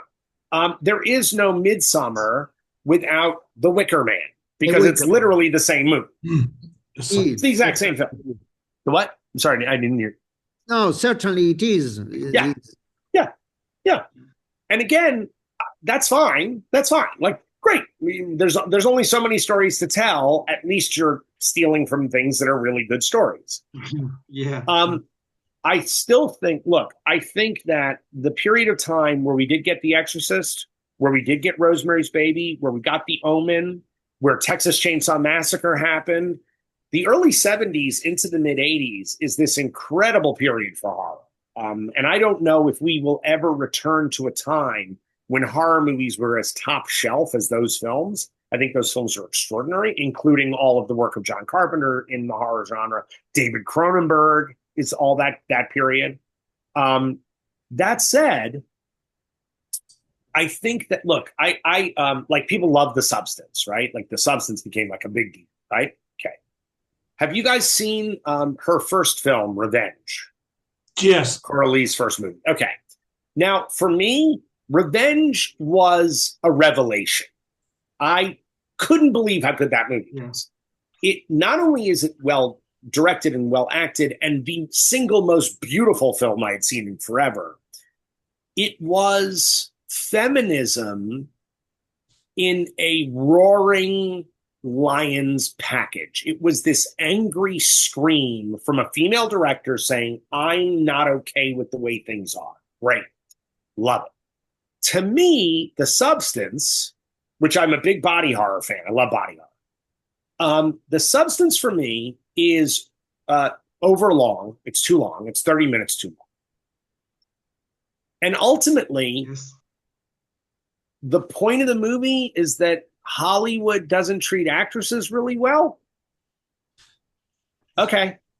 I mean, okay. Like, all right. Yeah, that's true. Hollywood doesn't treat... Was made before. That point was made before. Yes. Yes. Yes. And there were things in the movie that I thought were brilliant, like the idea of what we're willing to give up to stay beautiful, to stay young, right? That's an idea that is for the ages, right? That's something that we've dealt with for millennia, right? What price beauty? And I think that's really interesting. I will say it's odd. I love Demi Moore in that movie. I think she did a great job. But Demi Moore is gorgeous. Like, at 60, she's drop dead gorgeous. So I kind of go, well,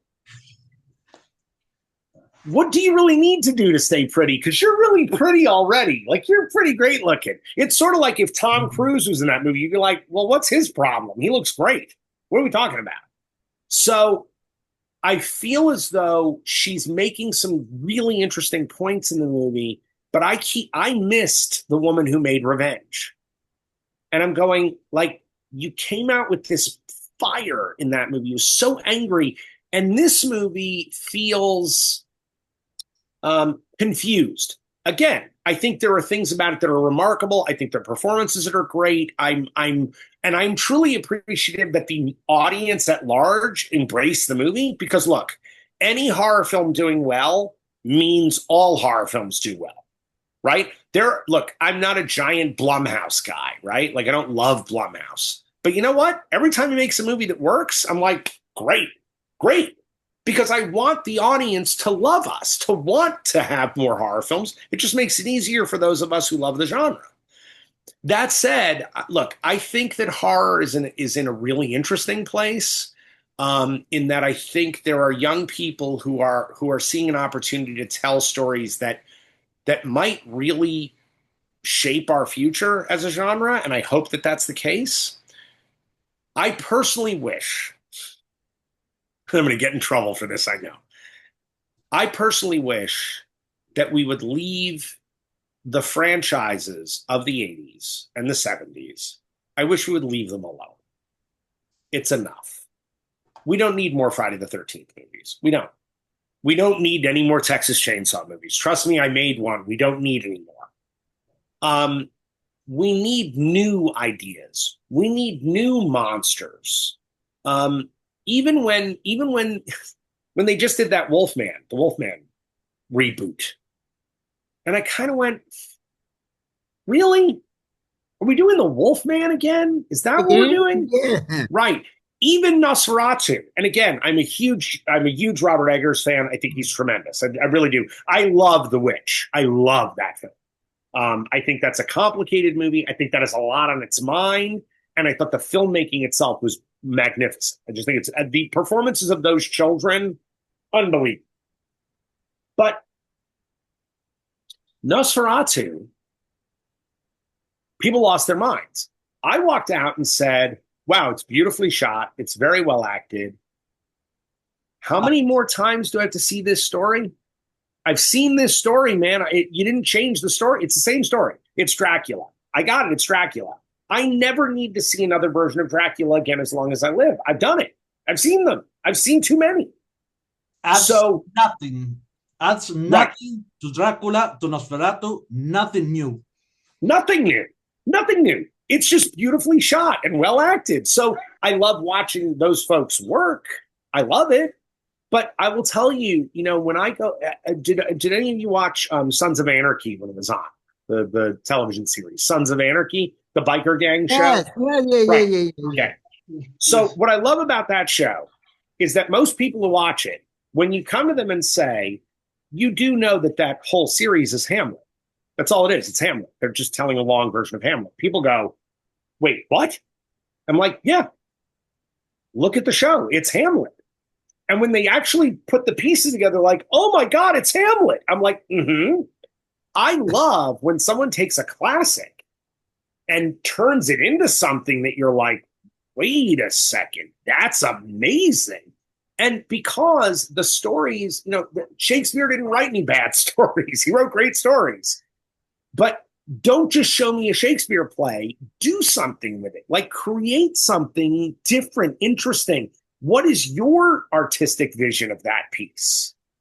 Let the words guide you. Let it be the blueprint. But then what are you going to do? And I got to tell you, I think Robert Eggers did a service to himself as a director because I think that anything he wants to make next, he can do. He can make anything. By the way, and I heard what he's making. I just heard what he's making and it broke my heart. Oh, darn it. Hang on. I'm going to tell you. Hang on. This is important. Because you guys need to hear this because I was really kind of hearted about it. He's doing a werewolf film. Oh boy. But there was some other. Oh, no, he's doing Labyrinth. He's doing Jim Henson's Labyrinth. Yeah. I heard about it. Yes. And I go, wait, why? Like, you're not going to make something that's going to be David Bowie. You're not doing that. Why isn't Robert Eggers telling original stories? Tell us something original. By the way, The Northman, I totally dug. Again, it's Hamlet. It's his version of Hamlet, but it's great. Great. For my money, I'd rather see him do 10 versions of The Lighthouse and not do another piece of IP that somebody else owns, that somebody else gave him so he can. I think we have to stop cross-pollinating everything and make original movies, especially in horror. We need it. So every time someone does something like The Babadook, I'm like, there you go. Whether you love it or you hate it, there you go. It's original. It's new. It's something. It's got something more in its mind. Have you all seen Strange Darling? No, I'm afraid not. Okay. Most people haven't. I'm recommending it. Giovanni Ribisi, y'all know Giovanni Ribisi is, right? The actor? Yes, of course. He is the producer and cinematographer of this movie. Really? It's the single best looking film I've seen in about 4 years. It's gorgeous. They shot on film. They shot on 35. It is beautifully shot. The acting is unbelievable. And I will tell you, the movie you think you're watching is not the movie you're watching. It is the first movie in years to completely shock and surprise me. I couldn't believe what I was watching. It's fabulous. If you get a chance, take a look. That, for me, is original horror. That is a truly original horror movie. And again, nobody knows it's out there, and it's amazing. By the way, I think it's got like a 98% on Rotten Tomatoes. Like, it's one of those movies every critic loves it. You can't drive people to the theater, buy their ticket for them, put them in the seat. They won't go. Doesn't make any sense. Great. We run out the question of our my colleagues over here, but I wouldn't like to abuse of your generosity and your time, but I couldn't finish this meeting without asking about your version of Leatherface, because it's pretty much about where we are discussing about, to give him something new, because your version, according to my humble point of view, it doesn't fit with the canon of the poor guy in the middle of the cannibal families. Right. So, how do you think that your point of view make an addition and a growing of the mythos of the serial killer that we know as Leatherface? I couldn't. No, please. I was actually surprised that I hadn't gotten a Leatherface question yet, so I'm thrilled. Okay, so Deb and I were hired to write that movie, and Steven Susko, who you all might know, he wrote The Grudge. He also wrote and directed a terrific movie called Dark Web 2. I can't remember the subtitle of it, I'm sorry, Unfriended Dark Web. Unfriended 2 Dark Web.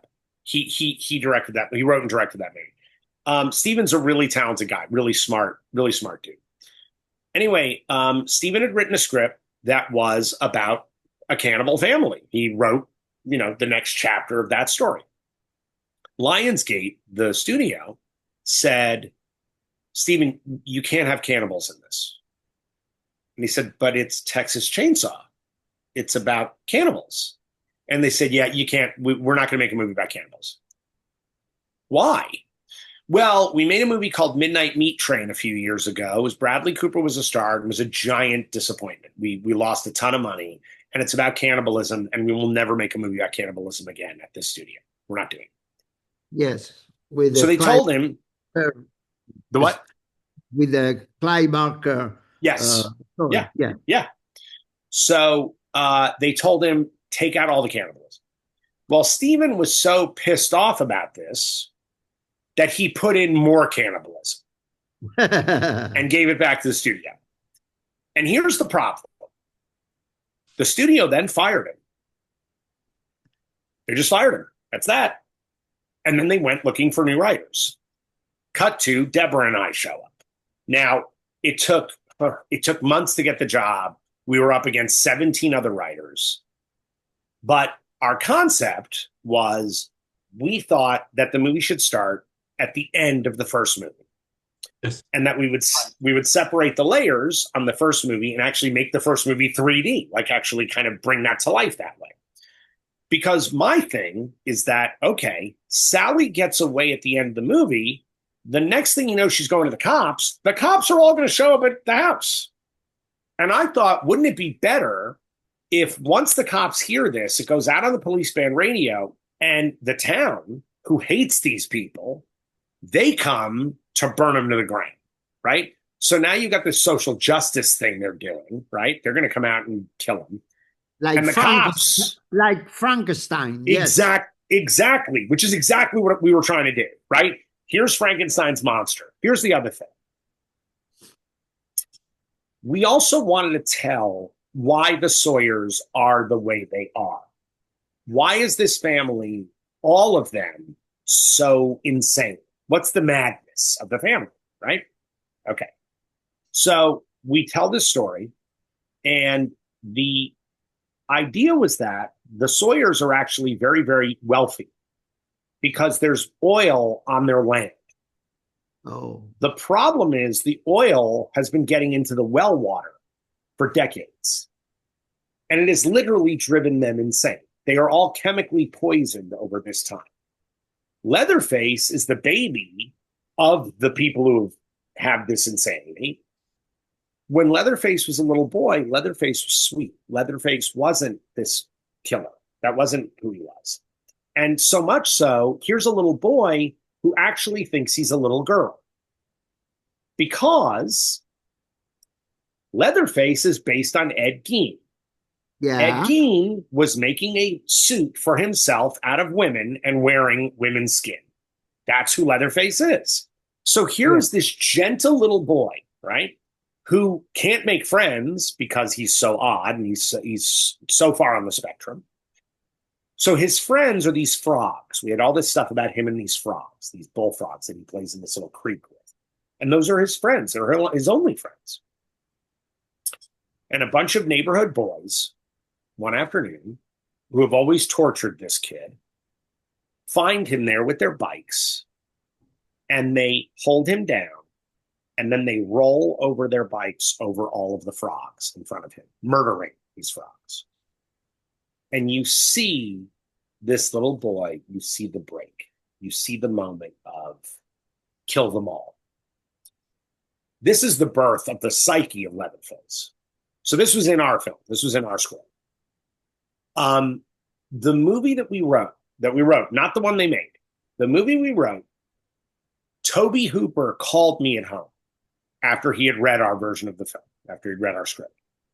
He called me and he said, God rest his soul, he said, Adam, you and your wife have written the first true sequel to the movie I made in the 70s, to the first Texas Chainsaw. And I said, Toby, you wrote and directed Texas Chainsaw 2. He said, Adam, again, you and your wife have written the first true sequel to the original film. When people read our script, not the movie that was made, our screenplay, that screenplay got Deb and I 4 other jobs. We wrote 4 other films because of that script. Not because of the movie, but because of the screenplay. The movie was directed by a guy who never made a horror movie, didn't give a shit about horror movies. He wanted money. He and his girlfriend rewrote the script. They added things like "Do your thing, cuz," and a smartphone in 1993, because that's when the movie takes place.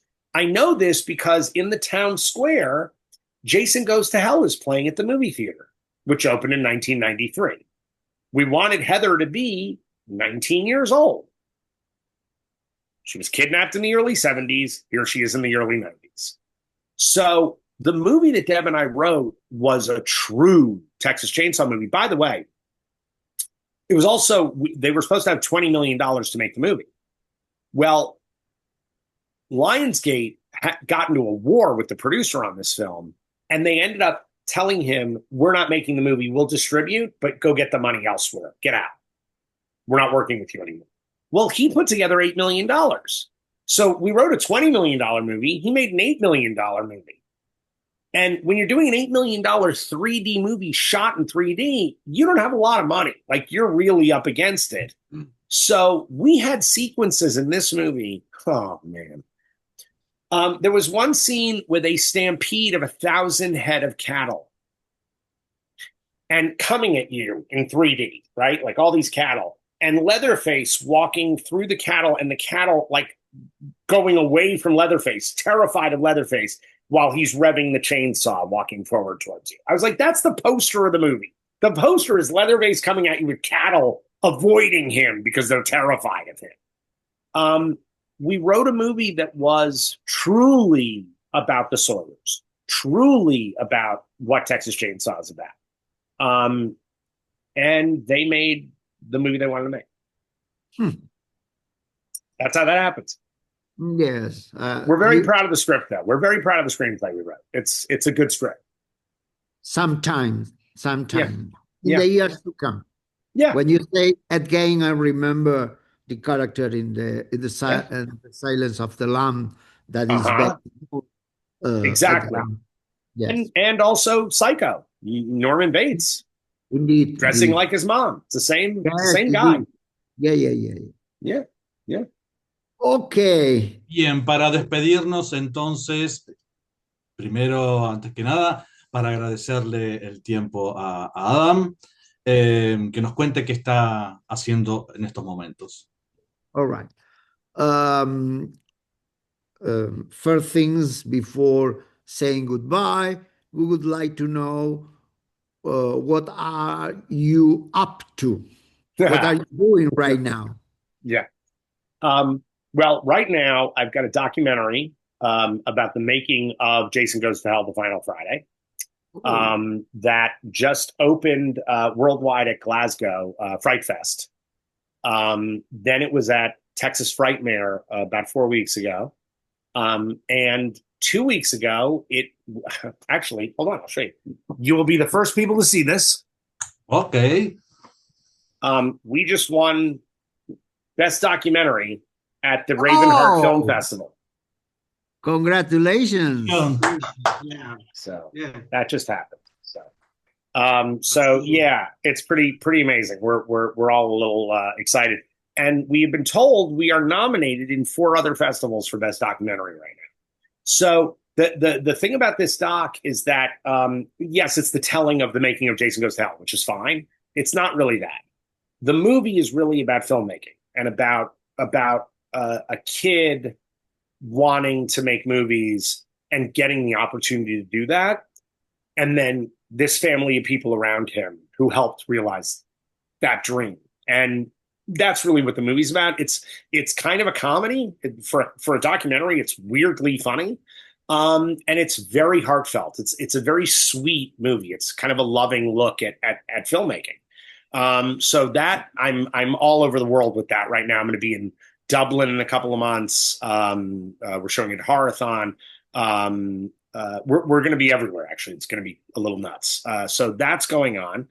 I have just been asked to write and direct a movie called Cry Havoc, which I'm going to be shooting in Texas the beginning of next year. It originally was a werewolf movie, and I said, let's not do werewolves. Let's not do that. And we are not. They let me change what the thing is. They let me change the whole kind of story of the movie. And it's a movie I'm really excited about now that no one has seen. It's a brand new kind of thing. It's a horror movie that takes place after a second American Civil War. Mm-hmm. And sort of America is just sort of this dust bowl. It's like nothing. And a chemical weapon that was used by the government against its own people has turned some of the people into something else. And it is about that. So yeah, it's a good one. It's really fun. I can picture in my mind. Yeah. So we're doing that. I'm also writing and directing a movie that we're going to do at the end of the year. That's going to be done Secret Santa style. It's going to be done very small. I'm doing called How to Survive a Game Night. And it is it's a thriller. It is kind of a mystery, and it will delve into America's cult problem, sort of our problem that we've got with cults. We got a big problem with cults. So it gets into that. So I'm doing that. I'm also producing and writing a movie called Fat Camp Massacre, which will do for people of size what Get Out did for people of color. It is sort of about the last thing that people can be horrible to each other about and not get canceled, which is body shaming. The people are still doing it. And it's a camp horror movie. It's a movie that takes place at a summer camp for kids that are overweight. And it's got a lot to say. It's a pretty brutal, pretty funny movie. And I will say that movie in particular, that film has got the single most shocking, violent thing Debra and I have ever written in our careers. There is something in that movie that the two of us go, oh no. I mean, it's brutal. So yeah, so that one we've got coming up. And look, you know, I've got a slate of films that are all, you know, either at different studios or with different producers. But I will tell you, the movies that are closest to my heart are the things I'm doing with Skeleton Crew. And that includes Cry Havoc, and that includes Backhand Massacre. These are movies that I really look. I think if we don't say anything, I think horror. Okay, Night of the Living Dead and Texas Chainsaw, the first one. The two of them were about Vietnam. Yes. They're about our country being involved in a completely corrupt and illegal war. Okay. Right. And Night of the Living Dead caps off its movie with still the greatest moment in horror ever about the civil rights movement. The last scene of that film, with Ben being dragged out into the fire, this black man who did nothing wrong, being murdered and put on a flaming hill. George Romero had a lot to say.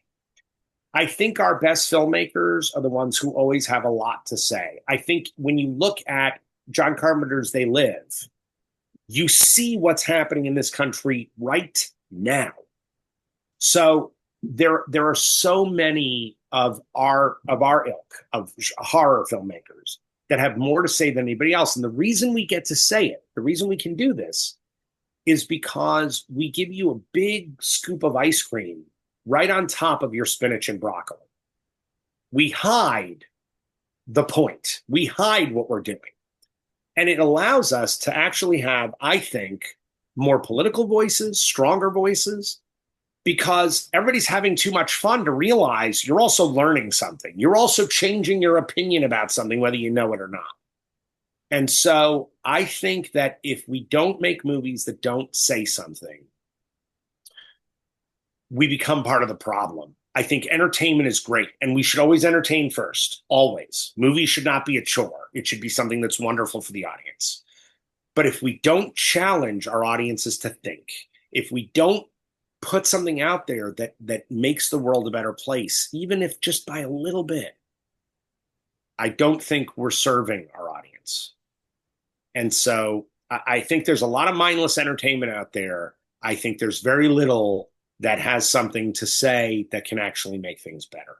By the way, it's sort of my disappointment with The Substance to some degree, because I went, well, yeah, we know this. Like, I got it. You're not telling us a new story. In Revenge, you are. Here, you're not.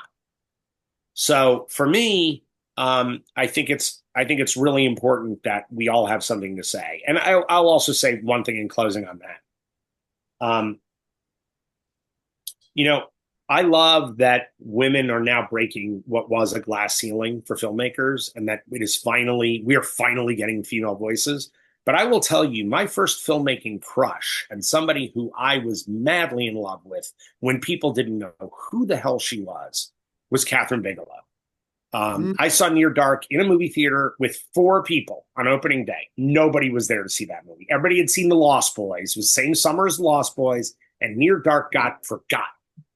And only now are people talking about Near Dark. And I'm like, no. You guys have been sleeping on this movie for 40 years. It's a masterpiece, and she's a genius. And she broke a glass ceiling. And I think that filmmakers, not women, filmmakers owe a debt to Kathryn Bigelow, because she did a remarkable thing in a time when nobody was giving her a chance. And she took her chance. So any young filmmaker out there, I go, no. Look at the Kathryn Bigelows of the world. Stop looking at the thing that happened last Tuesday. Go back and look at the people who are real trailblazers. Amy Heckerling. When you watch Fast Times at Ridgemont High, that is such a political movie. I know it's a horror, but it's an amazing movie about sexual politics, and only one that a woman could tell. There are filmmakers out there that have really done remarkable things for filmmaking and for our genre. And I only hope that at the end of my life, someone can turn around, look at something like Jason Goes to Hell and go, wow, that movie is out of its mind, but he's got a lot he's talking about.